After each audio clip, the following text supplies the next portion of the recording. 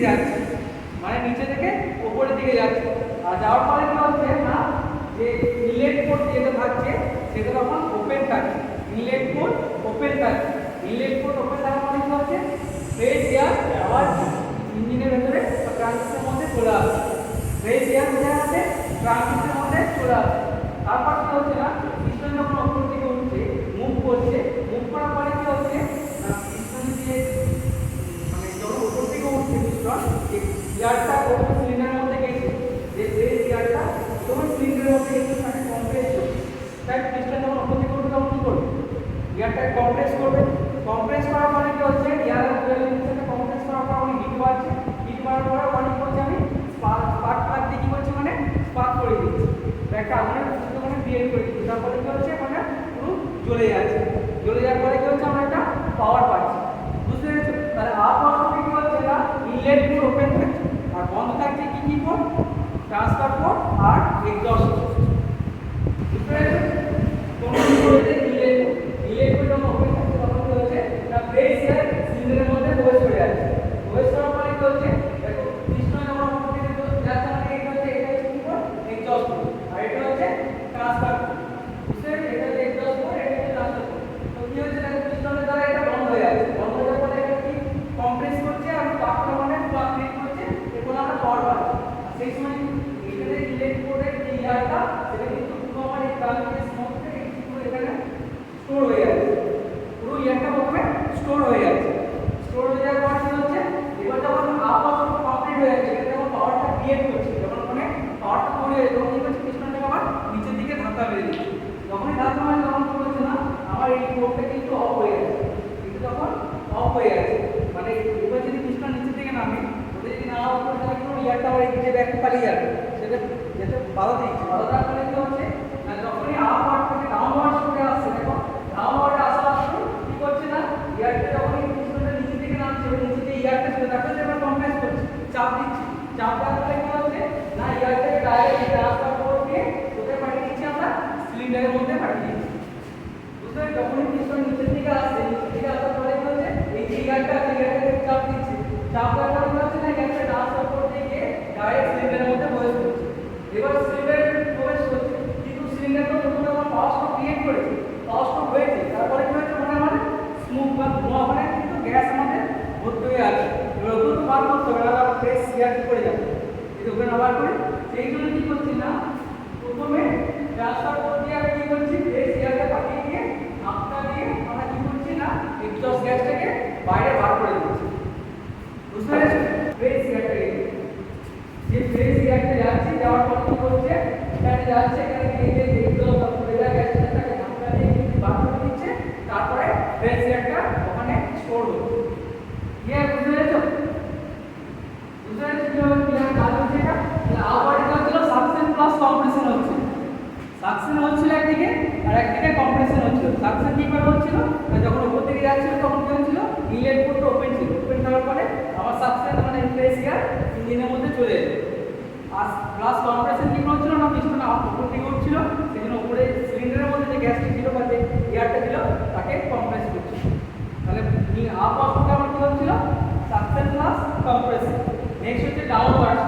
Downward কি হচ্ছে না, পাওয়ার প্লাস এক্সজস্ট। পাওয়ার ফ্লো হচ্ছে না, যখনই পিস্টন একদম টিডিসিতে চলে যাচ্ছে, টিডিসি যাওয়ার পরে কি হচ্ছে, কম্প্রেস করছে এয়ারটাকে, তারপর আমরা কি করছি, ওখানে স্পার্ক লাগিয়েছে, মানে স্পার্ক করে দিচ্ছে, আর আগুন ধরে যাচ্ছে। আগুন ধরে যাওয়ার ফলে পাওয়ার ক্রিয়েট করছে।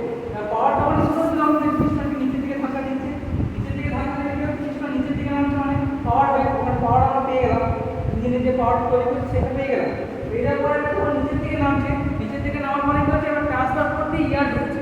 এয়ার ঢোকার পরে কি হচ্ছে, পুড়ে যাওয়া গ্যাসটাকে আমরা বাইরে বার করে দিচ্ছি, এক্সজস্ট করে দিচ্ছি। ঠিক আছে? পুড়ে যাওয়া গ্যাসটাকে বাইরে বার করে দিচ্ছি।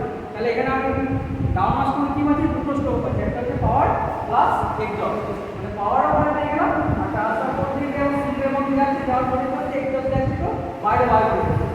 কারণ আমরা এখানে এক একটা স্ট্রোকেই দুটো করে কাজ করে যাচ্ছি, যেটা পোস্ট টুকে আমরা কি করছিলাম, আলাদা আলাদা করছিলাম।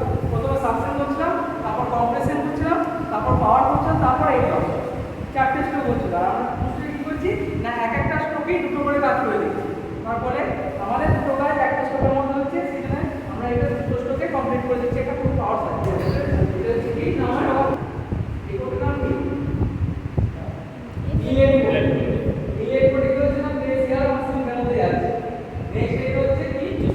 এক্সস্ট আর এটা হচ্ছে ট্রান্সফার। বুঝতে পারছেন, এখানে কিন্তু কোনো ভালভের ইউজ হয় না। যেটা আমাদের পোস্ট হয়ে হচ্ছিল ভালভ ইউজ হচ্ছিল। যখন ইনলেটে যখন আমার প্রেস এয়ার যখন তখন আমরা কি করছিলাম, ইনলেট ভালভটাকে ওপেন করছিলাম আর প্রেস এয়ার সিলিন্ডারের মধ্যে যাচ্ছে।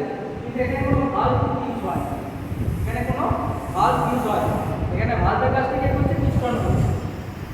বুঝতে পেরেছেন, এখানে কোনো ভালভই কিন্তু সিলিন্ডারের গা বরাবর বরাবর হচ্ছে। বুঝতে পেরেছেন, এইটা কিন্তু এগুলো অফ করছে, এগুলো অফ করছে আর এগুলো অফ করছে। যখন দেখা দরকার কিন্তু পিস্টন যখন আপ ডাউন করছে তখনই কিন্তু যে যার মতো ওপেন হচ্ছে। এখানে এক্সট্রা কিন্তু কোনো ভালভ মেকানিজম নেই যে আমি ভালভ মেকানিজমের দ্বারা যখন ইনলেট দরকার তখন ইনলেট ভালভ ওপেন করব, যখন এক্সজস্টের দরকার তখন এক্সজস্ট ভালভ ওপেন করব। এরকম কিন্তু কোনো সিস্টেম নেই। এখানে কিন্তু পুরোটাই পিস্টনের উপর নির্ভর করছে।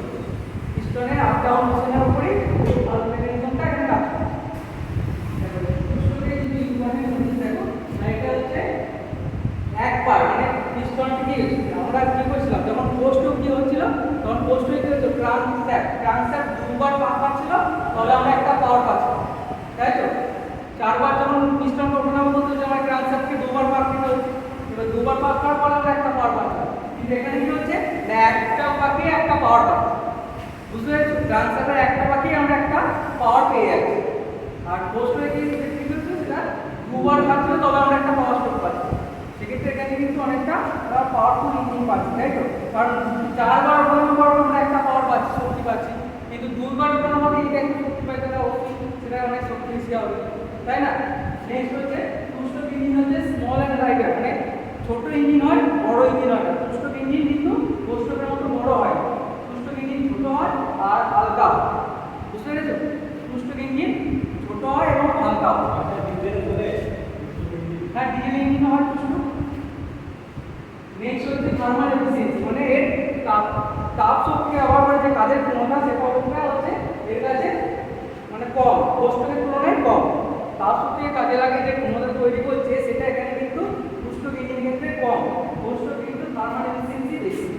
থার্মাল এফিসিয়েন্সি টু-স্ট্রোকের কম, ফোর-স্ট্রোকে কিন্তু থার্মাল এফিসিয়েন্সি বেশি। আর নেক্সট হচ্ছে মেকানিক্যাল এফিসিয়েন্সি, মেকানিক্যাল এফিসিয়েন্সি কিন্তু আবার টু-স্ট্রোকের বেশি।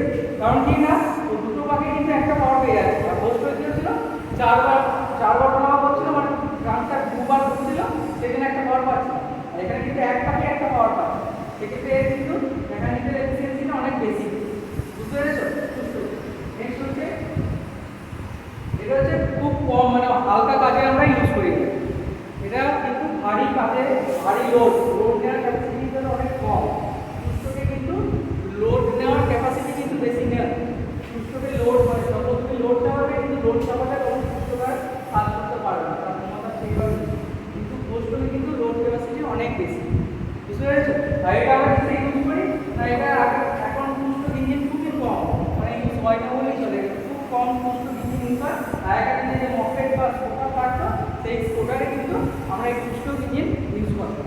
আর এখন দেখবে কিছুদিন আগে XL100 বেরিয়েছে, ওটাও টু-স্ট্রোকে বেরিয়েছে, কিন্তু এখন আর টু-স্ট্রোকে নেই, ওটাও ফোর-স্ট্রোক করে দিয়েছে। বুঝতে পেরেছো? TVS XL100 দেখে তো XL100 বাইক করতে যাবে এখনই খুবই মতো দেখতে। তো ওইটা বেরিয়েছিল, ওটা প্রথমে টু-স্ট্রোকে বার করেছিল, টিভিএস কোম্পানি টু-স্ট্রোকে বার করেছিল, কিন্তু পরবর্তীকালে ওটাকে আপডেট করে আবার ফোর-স্ট্রোক করে দিয়েছে।